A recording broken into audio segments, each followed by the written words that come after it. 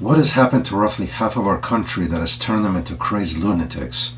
And what is going through their mind when they go out on the streets and they start pushing for destruction, violence, and all kinds of negative things? Find the answer to that and more on today's podcast.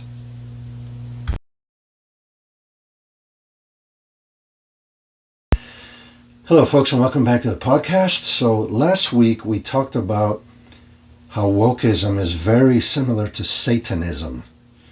It's really just a sanitized form of it. It actually follows the same exact ideas, but they just took out all the gory imagery out of it. So if you haven't watched that episode, please go back and watch that first. Again, this podcast series is like a book. You have to kind of go through all the episodes in sequence because they tend to build on each other. So we talked about Satanism, and we went into some of the ideas behind Satanism to try to understand what it is. And what we found was that the ideas were really, really stupid and nonsensical. So now the next question becomes, if they're so stupid, then how come so many people fell for them? So that's what we're going to talk about today. We're going to talk about the process by which people sort of slid into this very unfortunate philosophy and situation. And so we're going to start with the period of the 1960s. Now, this is not because the attack started in the 1960s. It actually had been planned for many, many years before. But it was just in the planning stages. And in the 1960s is when it really came out to sort of public view, and when you actually saw things happening. And what happened in the 1960s, many things happened, but to me the most important thing is that the children and the parents just completely separated. Now, there are conflicts in every generation between the children and the parents, and there should be. But again, the conflict should be healthy, right? They should agree on the very basic values, and then priorities, those things might change. The children might want to improve the world to a point that the parents did not, and if every generation that does this makes the world better, so this is a good thing. But in the case of the 1960s, there was a complete break where the children wanted nothing to do with their parents or their world or their value system or the country that they had built. So we're going to analyze this attack. It was an attack on the children, and there were foreign forces involved. As we mentioned before, they couldn't defeat the U.S. militarily, so they came at us through the culture and through our soft underbelly, which is basically our children. Children are very innocent, and they're susceptible to all kinds of ideas because they don't understand the evil that exists in this world, which is something you only pick up after you've lived quite a few years and you actually see it with your own eyes. So let's look at the two players here, the parents and the children in the 1960s. Who were these people? So first of all, the parents. The parents were considered the greatest generation. That's what they were called. And it was they were called that because they went through the Great Depression at an early age, had to deal with extreme poverty. And we're not dealing with what we call poverty today. We're dealing with actual hunger. These kids went to bed hungry. They didn't eat enough. Their stomachs were rumbling. They would cry themselves to sleep because of hunger. Just something we don't recognize today. Even the poor people here get food stamps. Okay, this was a whole other level of poverty.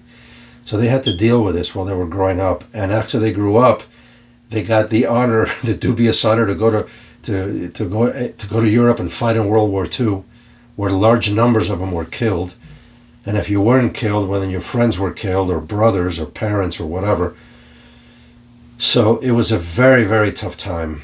And these people, they grew up to be tough, incredibly tough.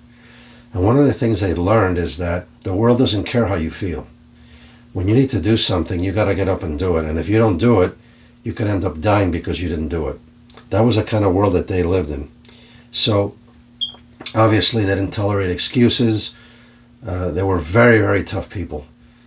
So now, here's an interesting quote we're going to bring in, because this is where the division starts to form between the two generations. The quote goes as follows: "Strong men create good times. Good times create weak men. Weak men create hard times. Hard times create strong men." So this is a cycle that gets repeated in history. So what we saw here is that the hard times of the Great Depression and World War II created the strong men of the greatest generation. These strong men created the good times of the 1950s in the US, which was probably the most idyllic time in human history, probably. The amount of wealth, the amount of innovation, we're talking color TVs and cars and space programs and all kinds of technological revolutions. The computer came out at this time, though it wasn't, in every house. It wasn't very popular, but it did come out. So it was a time when the world, or at least society and human race, really expanded after the horrors of World War II. So they created these good times, but the good times created the weak men of the 1960s. And so this is where the division started to form. And of course, these weak men of the 1960s have now created the hard times that we're all going through right now. I mean, you can look at America in 2026, it's nothing like it was in the 1960s. It's almost the diametrical opposite, right? We're not quite there yet, but we're almost getting there. So what went on here is that the parents who had grown up in a very harsh world no longer recognized the soft world that they themselves created and their kids had to grow up into. So when their kids came to them with whatever problem or whatever excuse, as kids always do, their parents were incredibly tough with them. And the kids couldn't understand why the parents were so tough. Why is my father so mean? The world, after all, is a nice place. Look, we live in suburbia. We have a nice house. Everybody's got enough to eat. Everybody's got a job. We got nice cars out front. I got friends that I play with. The world is a beautiful, nice place.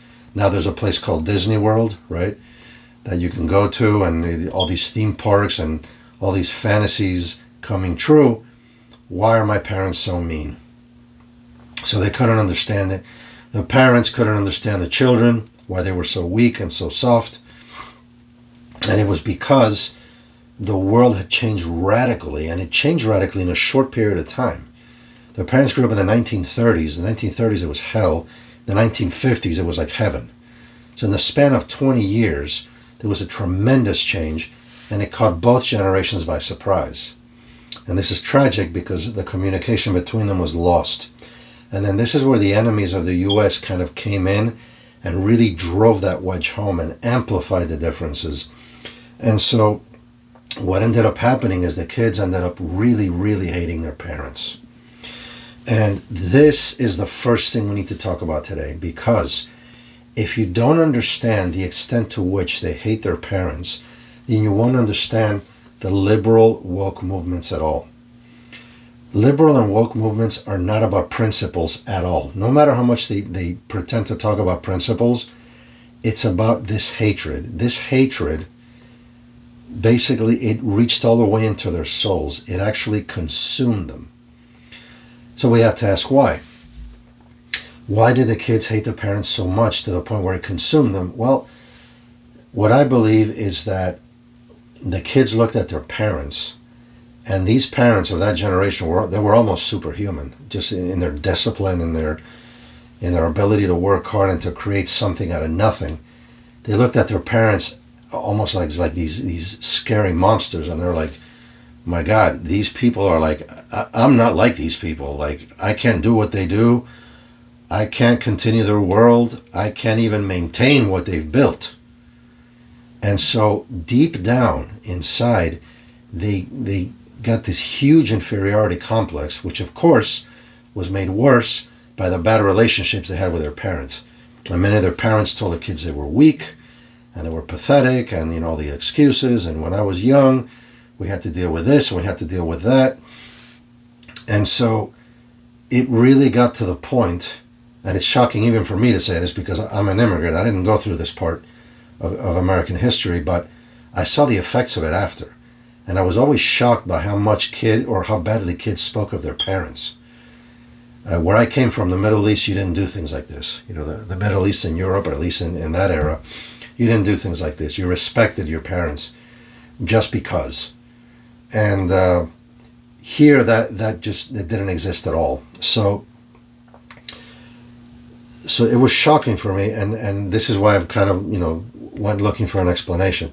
So because they actually felt bad, because they felt like they were inadequate, they weren't good enough for their parents, this is what really started the movement. This was the beginning of the wedge.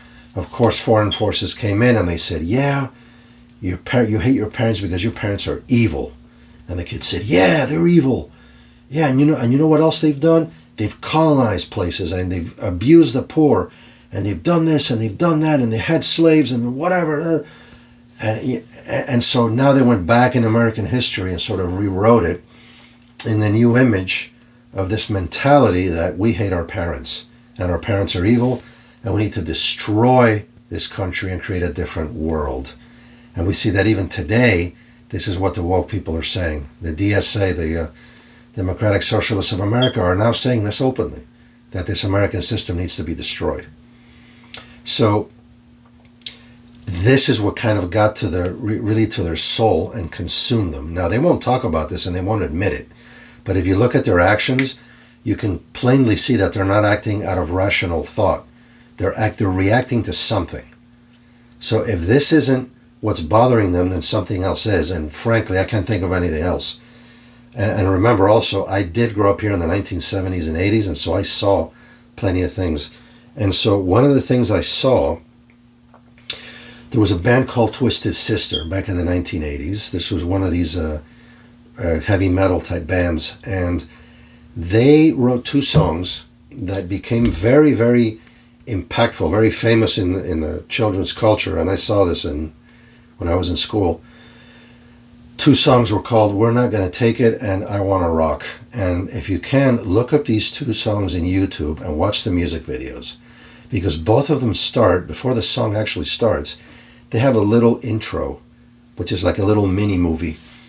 And both of the intros, it's this really annoying actor who's playing the evil father or the evil teacher, right? The evil man of the prior generation, berating these kids about how weak they are and how pathetic they are, and how when I was your age, I did this and I did that, and we suffered this and we suffered that, and you guys are nothing, and you're weak, and you don't appreciate and you don't understand anything. And finally it ends with the man screaming at one of the kids, "What are you going to do with your life?" And the kid stands up and he says, "I want to rock." And then the song starts. Right? So what does this mean? Well, first of all, it's exactly what I just talked about, right? The kids can't stand these odious, grotesque creatures that were their parents, right? And then the answer of "I want to rock," what does that mean? That's actually very profound. It means, I'm done with all this. I don't care about you, about your value system, about all your rules, about I got to get my hair cut, about what music I should listen to, about how I shouldn't take drugs, I don't care anymore. I want to rock. I just want to go nuts, do whatever the hell I want. And so to me, this was a validation of everything I just talked about. When I was growing up, I saw this. And so this is maybe not something that academics might tell you, but this is something that I lived. And I saw the impact on the kids. And of course, this just made matters worse. So when these liberals and woke people, when they talk about principles, they're not to be taken seriously. Because there were no principles at the beginning of this revolution in the 1960s. There was only hatred of their parents. Okay? In the American Revolutionary War, there were principles, right? We talked about, we don't want to be persecuted. We want to throw off the yoke of the King of England.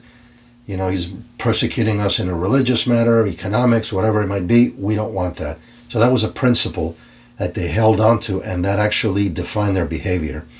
What defined their behavior in the 1960s were no principles. They were just like, we hate our parents, let's do the opposite of what they want us to do, just to piss them off. That was the overriding principle.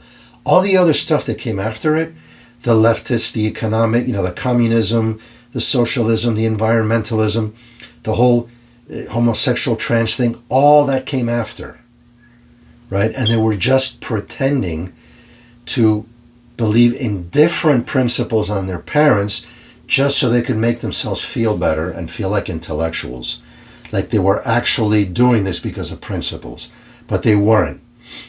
This was a very sort of guttural, reactive, movement that just did whatever their parents wanted them not to do. So if you look at their philosophy, it doesn't even make sense, right? And we'll talk about that in a minute.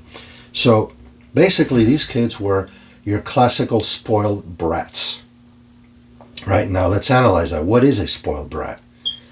Well, three things. Number one, a spoiled brat is lazy.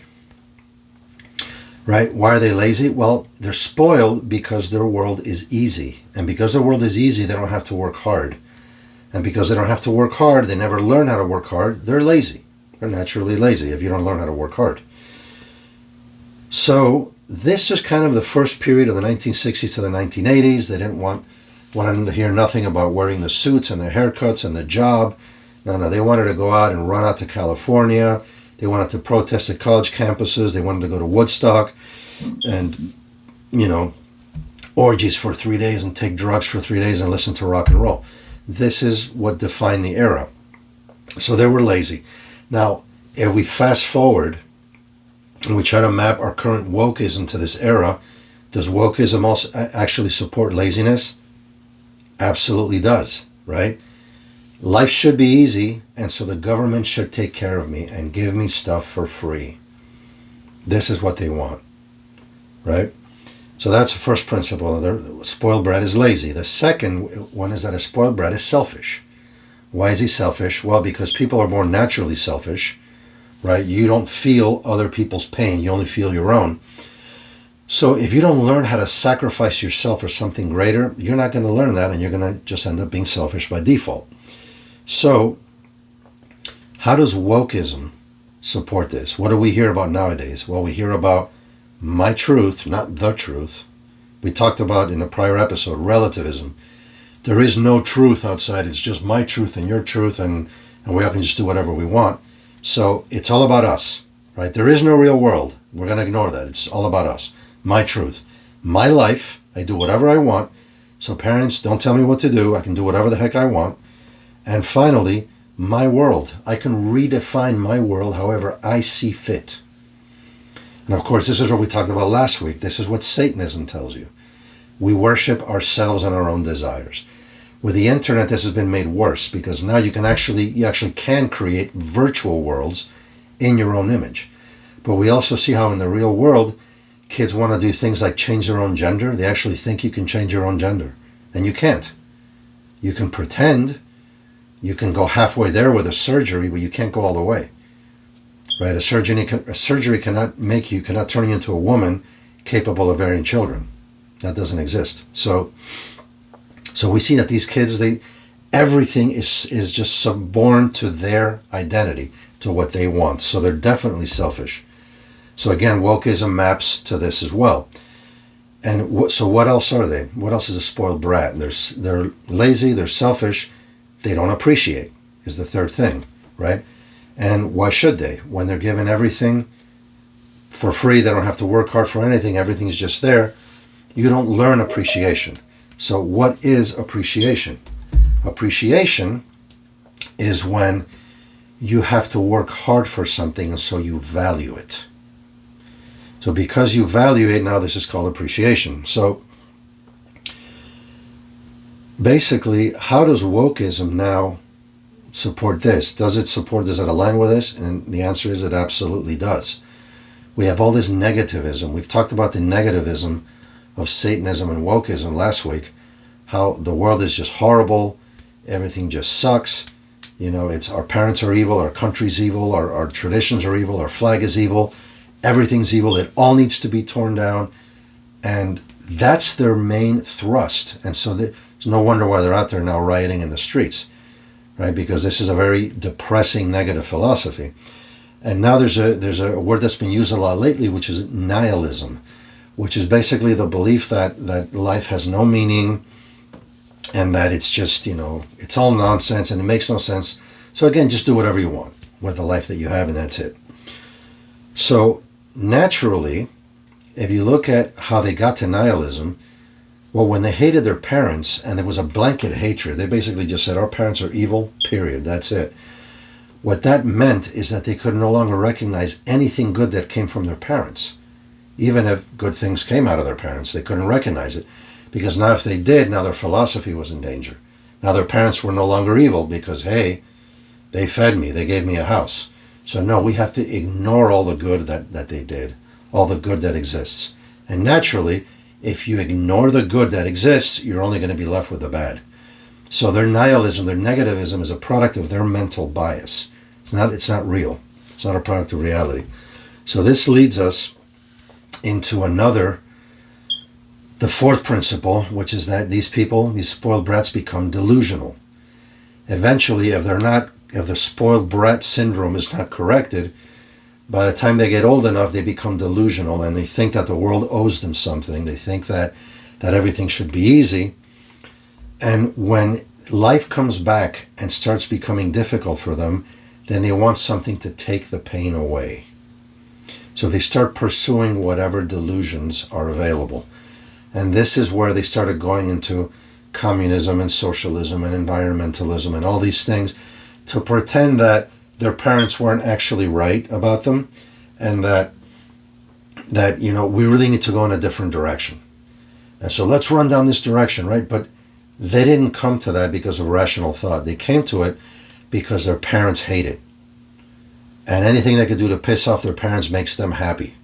So again, it's all about them and their little internal world, which gets bruised and battered every time it collides with the outer world. So obviously, because they're scared of their parents and they're scared of what their parents built and they couldn't maintain it, then obviously the comfortable philosophy is this is all evil and needs to be torn down. It's actually bad, Yeah, it's actually bad, and that's why we need to tear it down, right? So it's much easier to say that than to say, you know what, I need to grow, I need to become tougher, I need to actually understand what my parents went through and what they did, and see how we can carry this forward in a positive way. No, let's just tear everything down, right? So they went in that direction, and of course, there were puppet masters, these people who planned this whole attack and this whole movement. These puppet masters had plenty of delusions to keep them going. Whenever one delusion was discovered to be false, there was always a new one that was out there that they could jump onto and just continue the ride. Because the important thing is to continue the ride of delusions. It's not any of these principles. And we're going to see in a few minutes how they've actually betrayed many of their own principles, many of their core principles of the 1960s.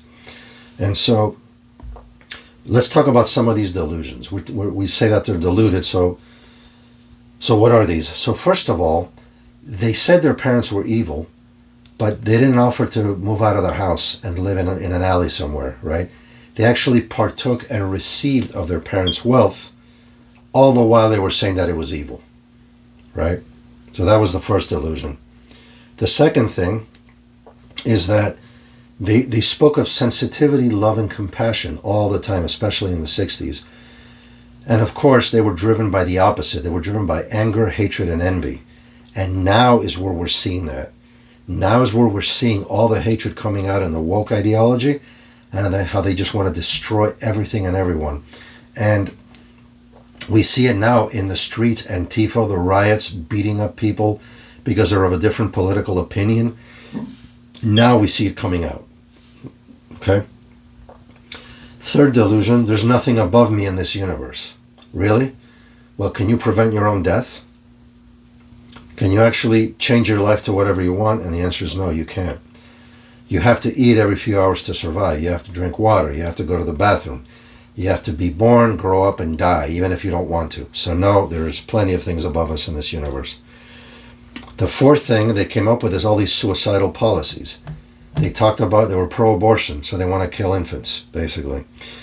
They talk about homosexuality, so now you can't have kids. They talk about the destruction of family. Forget about marriage, forget about traditional family, let's just shack up with whoever you want, right? They're soft on crime, right? Criminals have rights, but victims don't, right? We talked about that in the past. And then they've pushed all kinds of drug use, which they at first said that was healthy and it was wonderful, and that their parents did far worse, and now we're seeing the effects. right? How their drug use is much worse than anything their parents ever dreamed of. So all these suicidal policies. Add to that the policies of economic ruin, like the Green New Deal and socialism and communism, which have turned out to be a complete failure. Look at what's happening in Europe now. Europe is basically emasculated because their entire industrial base is suffering because of the whole Green New Deal zero carbon footprint thing. And so now, Europe is in terrible economic crisis. And of course, they have no answer to this, right? The sixth one is a one that is much more modern and is much more acute, which is Trump derangement syndrome. They even have a term for this. Now, you may not like Donald Trump, right? Many of the people who support Trump, by the way, don't like him personally, okay? So not liking him personally is one thing, but another thing is cultivating this hatred that is so exaggerated and so irrational and ridiculous of one man. It's like you would swear he was like the devil, and in reality he's the president who's got maybe a couple of years left, right? And so, yeah, you may not like what he's doing, you may not like his policies, but this hatred is just ridiculous. It's an absolute fantasy. It's a delusion. And finally, we talked about nihilism. So is nihilism true? Is life completely devoid of meaning? Well, you'll notice that the creator of the universe created the concept of meaning and purpose, right? He didn't have to create those. He could have created a chaos.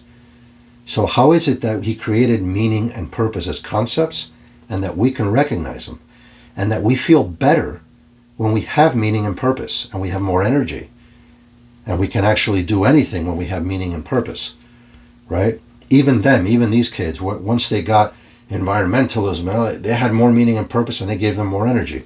So how is it possible that life is devoid of meaning and purpose? It's an absolute delusion. It's ridiculous. So they're delusional, and eventually, if they keep going down this delusionary road, they eventually become mentally broken. And this is kind of what's happened in the last 10 years or so. And so what mentally broken means is that when life gets hard, they abandon their principles. And so this is what we're going to talk about, how they've done a 180 on their principles. So it used to be that they would say, oh, there's no truth, just follow your own truth.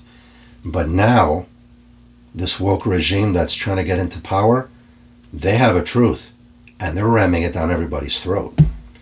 And you better not use this word, and you better not be insensitive, and you better not do this, and you better not do that. So they're sounding a heck of a lot more like their parents in the 1950s, except they don't know what they're talking about. They didn't build a successful world or society. They've actually helped to destroy it. But now they've done a 180 where they used to say, man, leave me alone, don't be a drag, whatever. Now they're actually getting into everybody's life, even worse than their parents did, than their parents did in the 1960s. It also used to be about freedom of speech, right? Second 180 they've done. It used to be about, hey, let me do whatever I want, let me say whatever I want, whatever. And now we have political correctness. We have all these terms that you can or can't use, right? You have cancel culture. And if you don't follow our rules, we're going to cancel you. We're going to take your voice away. We're going to deplatform you. This is the exact opposite of what they believed in the 1960s. Okay, the third thing, it used to be about women's lib, right? Women's rights. Now, because of the trans phenomenon, you've got men in a boxing ring beating up on women, and they're in support of it. Okay, if you don't like that example, they were in favor of Hamas raping women on October 7th. Okay, so again, there's no rationality here. Okay, they're just following these crazy emotions wherever they go, and whichever way the wind blows, whatever principles they have to sacrifice, they'll do it. They'll sacrifice them. They'll never admit it. They'll never go back and say, yeah, we made a mistake. No, they'll never do that. Because they want to go along for the ride. They want to stay deluded. Okay? What else? It used to be about, fourth thing, it used to be about nonviolence, right? The hippies were nonviolent, and now you've got Antifa. Now you've got most of the political violence is coming from the left.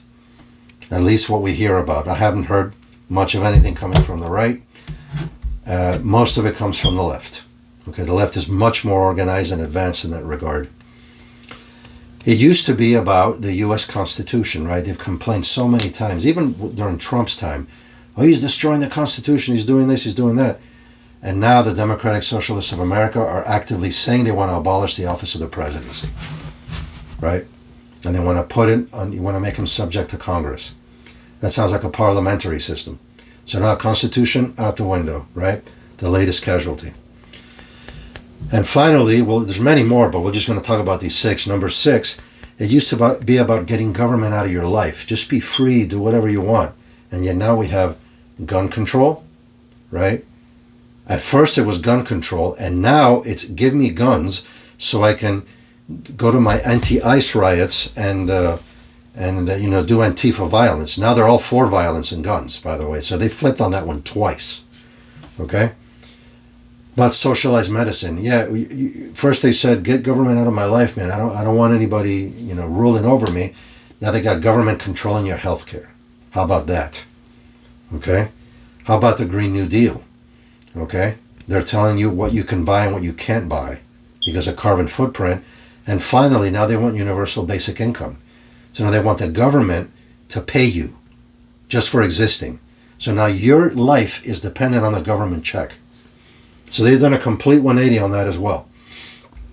So you can see how they're in the full throes of mental breakdown. And obviously, if you keep going this way, eventually civilization will break down.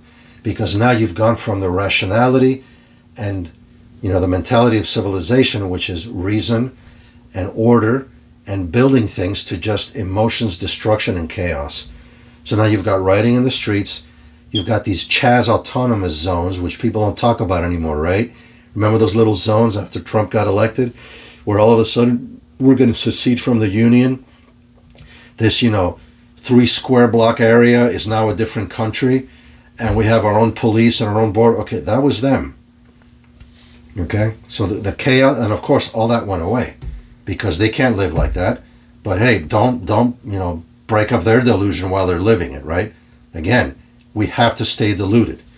So that was another one. They always talk about by any means necessary, right? Which means violence, right? So we're going towards a civil war, and eventually they want a dictatorship. Whether it's communism or fascism, it doesn't really matter because they're both pretty much the same. And finally, this is all going to bring about ruin, okay? Cuba, Venezuela, USSR, okay? Just look at history. Of course, they don't look at history because they want to stay deluded, but that's where we're going. So, in conclusion, what we know today as the left, they adopted this new ideology of theirs, not because it was true, not because it makes sense, because it was the only ideology they can handle. It was the only world that they could handle. They couldn't handle their parents' world. They couldn't deal with it. They couldn't keep building on it. They couldn't even maintain what their parents had built.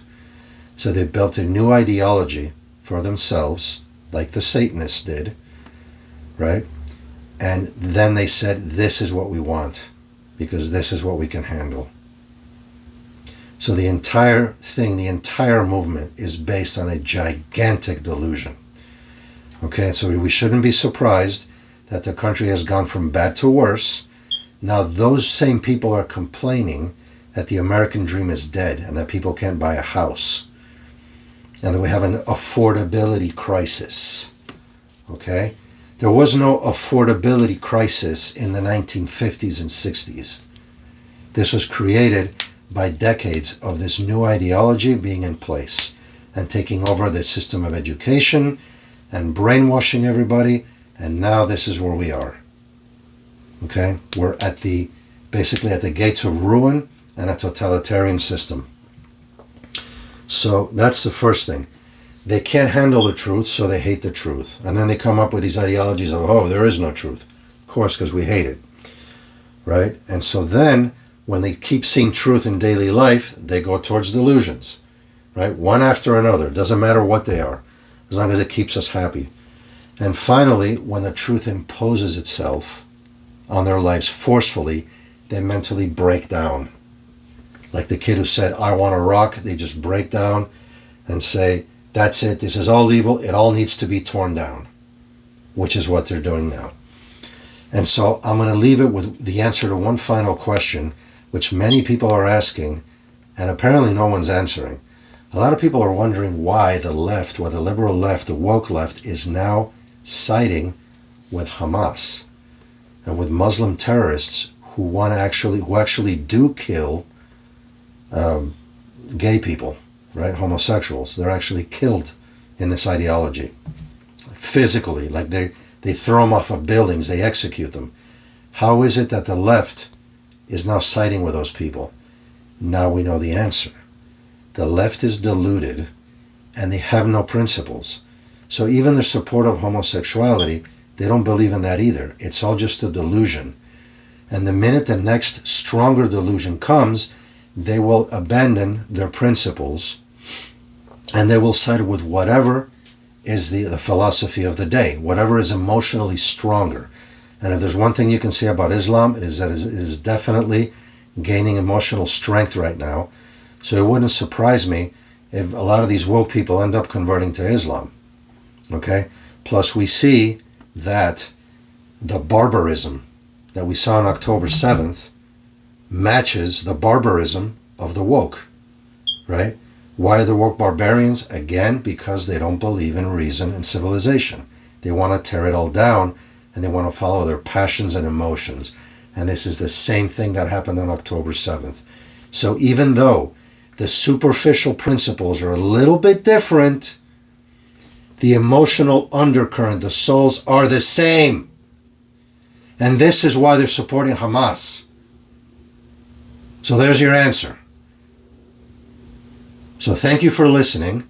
Next episode, we're going to talk about the perpetrators in this entire sorry episode of American history. So thank you for listening, and we'll see you on the next one.